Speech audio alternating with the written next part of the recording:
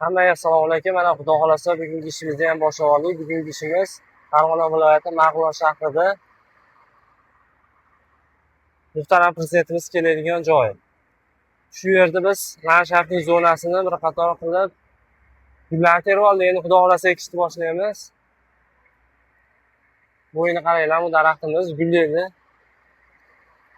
Ekish jarayonini xudo xolasa boshlaymiz.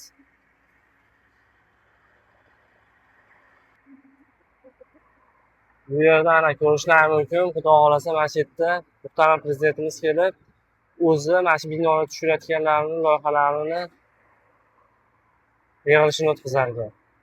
Biz shu binodan oldin mana ko'rishlar mumkin. Ideal holatda qilib Yevropa gullari, Italiya gullarini olib keldik. Bu yerga bir qator o'rnatib, xudo xolasa ekish jarayonini qo'yaman. Ideal holatda qilib beryapmiz. Kimga shunaqa xizmatlar kerak bo'lsa, aloqaga chiqaverasizlar. Xizmatlarimizga Farg'ona, Andijon, Namangan, Toshkent bo'ladi.